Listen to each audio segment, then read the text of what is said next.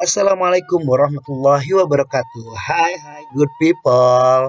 Apa kabarnya? Welcome back. Ketemu lagi kita di video pembelajaran seni budaya kelas 9 di semester genap. Oke good people. Di video pembelajaran kita kali ini kita akan masih membahas tentang seni grafis. Nah, ini adalah kelanjutan dari video pembelajaran sebelumnya yang pernah di-share. Oke, good people. Sebelum kita mulai masuk ke materi, ada baiknya kalian harus like, comment, share, and subscribe channel YouTube ini, good people. Baiklah good people, di video pembelajaran kita kali ini kita masih membahas tentang seni grafis. Nah, KD serta indikator yang akan kita bahas juga masih sama. Bisa kalian perhatikan di layar monitor kalian.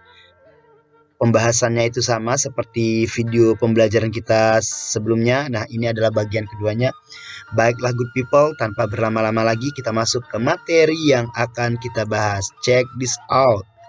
Oke good people, yang pertama kita akan membahas tentang berkarya seni grafis.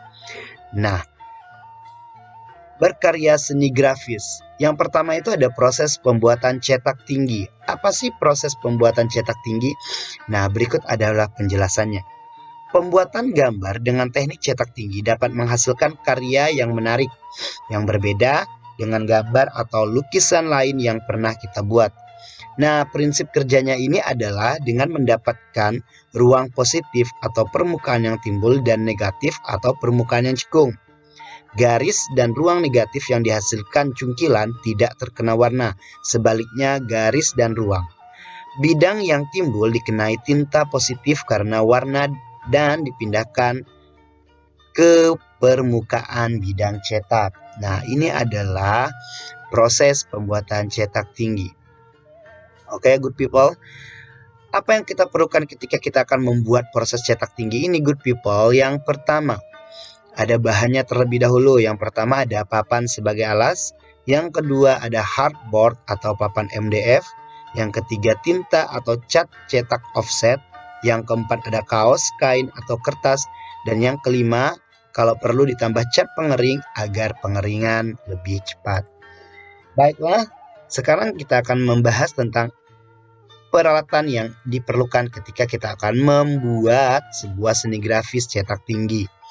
Yang pertama ada pensil, selanjutnya ada gunting, pisau cutter, wood cut, roller atau untuk meratakan warna. Yang keenam pahat atau pencungkil kayu.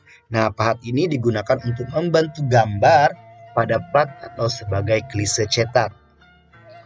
Nah, ini sebelum kita membuat gambar, maka ini ada prosesnya. Yang pertama, membuat sketsa pada plat cetak terlebih dahulu. Selanjutnya memindahkan ke plat, meratakan dan ditoreh bagian tinggi untuk bagian rendah. Selanjutnya proses memberi tinta dengan bantuan roller. Yang keempat menggosok atau meratakan dengan alat sendok atau dipres dengan alat pres atau mesin pres. Yang kelima buka pelan-pelan sambil dilihat apakah warna sudah merata. Yang keenam hasil jadi sebuah karya seni cetak tinggi. Nah, ini adalah bahan dan alat dalam membuat seni grafis cetak tinggi, good people. Oke, good people, selanjutnya kita bahas ke materi berikutnya. Nah, yang kedua adalah cetak saring. Untuk membuat cetak saring ini ada beberapa proses yang harus kita lakukan. Yang pertama, proses pembuatan cetak saring. Nah, apa prosesnya? Yang pertama, kerangka screen. Bingkai yang terbuat dari kayu atau aluminium screen atau kain kasa atau monil merupakan kain berserat yang berfungsi sebagai sarana untuk membentuk gambar atau tulisan pada benda-benda yang akan disablon. Nih yang kedua, meja cetak sebagai alas atau tempat untuk melakukan penyablonan. Yang ketiga, rikel yang digunakan untuk meratakan tinta di screen. Yang keempat, obat sablon, emulsi atau sensitizer. Yang kelima, cat dan sari warna sablon. Nah, ini adalah proses pembuatan cetak sari.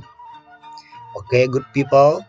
Selanjutnya kita akan membahas tentang proses pembuatan klise atau film negatif. Nih, ada dua hal yang harus diperhatikan dalam pembuatan klise ini, good people, yaitu memperhatikan bahan yang digunakan dan teknik yang digunakan. Nah, bahan yang digunakan harus transparan.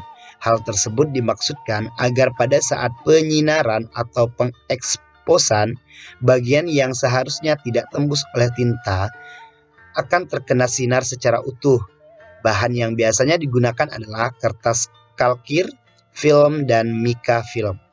Dalam menggambar untuk membuat klise atau film negatif, ada beberapa teknik yang dapat kita gunakan. Antara lain, oke, kita lihat satu persatu. Nah, yang pertama langsung pada screen. Pada teknik ini, setelah screen atau kain kasa diberi tulisan atau gambar atau corak, untuk area yang diinginkan tidak tembus oleh tinta diberi emulsi yang dicampur dengan sensitizer. Kemudian dijemur atau disinari. Setelah kering, siap untuk dipergunakan mencetak. Oke, sedangkan teknik yang kedua yaitu negatif film. Proses ini menggunakan kertas kalkir atau transparan atau kertas biasa yang sudah digambar. Untuk jenis kertas biasa setelah digambar, dilumuri dengan minyak goreng atau minyak tanah terlebih dahulu dan dikeringkan sehingga menjadi transparan. Nah, itu adalah teknik dari cetak saring. Selanjutnya proses afdruk atau pengeksposan. Afdruk atau pengeksposan ini adalah penyinaran di mana proses memindahkan gambar berupa selebaran kertas yang akan menjadi model atau desain ke screen dengan bantuan bahan yang disebut dengan emulsi sablon. Nah, berikut ini tahapan afdruk antara lain.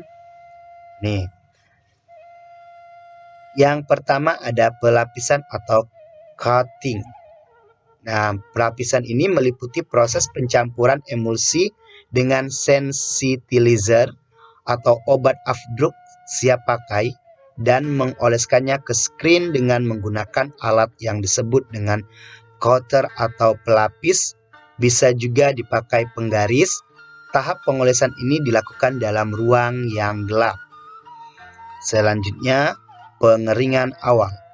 Nah, proses pengeringan ini bisa dilakukan dengan menggunakan bantuan hair dryer dengan didiamkan saja sampai kering sendiri atau menggunakan kipas angin. Sebagai catatan, dalam proses pengeringan ini usahakan agar tidak terkena sinar matahari langsung atau lampu yang mengandung sinar ultraviolet seperti neon, di mana tujuannya untuk mencegah agar cahaya tidak mengenai emulsi sehingga tidak bisa digunakan untuk proses selanjutnya. Nah, selanjutnya ini yang ketiga, penyinaran screen ke panas matahari atau lampu neon. Nah, screen yang sudah kering dari larutan emulsi, lalu bagian bawah dialasi dengan busa hitam dan bagian atas diletakkan klise negatif atau kertas yang siap diekspos, kemudian ditutup dengan kaca untuk mengekspos klise supaya menempel rapat ke screen. Lakukan penyinaran sekitar 20 detik untuk cahaya terik dan 50 detik untuk cahaya matahari yang redup atau sinar lampu neon. Nah, yang keempat adalah pembuatan klise. Semprot dengan air untuk menghilangkan bagian yang seharusnya berlubang pada bagian screen yang kita desain. Gunakan semprotan yang sesuai dan dapat menyemprot dengan kuat. Yang kelima baru proses pengeringan. Nah, proses ini bisa dengan hair dryer atau dengan panas matahari. Selanjutnya ada proses mencetak. Nah, proses mencetak ini adalah screen kering yang sudah melalui proses pengeksposan gambar siap untuk dicetak. Letakkan kertas atau media yang akan dicetak, tuang warna yang diinginkan dan ratakan dengan rakel, dan proses cetak saring selesai. Baiklah, good people, sampai di sini video pembelajaran kita. Terima kasih bagi kalian yang sudah menyaksikan video ini. Mudah-mudahan video ini bermanfaat untuk kita semua. Jangan lupa buat kalian untuk nge-like, comment, share, and subscribe channel YouTube ini. Apabila ada yang ingin disanggah atau ingin ditambahkan, kalian bisa tulis komentar di bawah ini. Oke, sampai ketemu di video pembelajaran berikutnya. Assalamualaikum warahmatullahi wabarakatuh. Tetap menjaga protokol kesehatan. Sampai jumpa.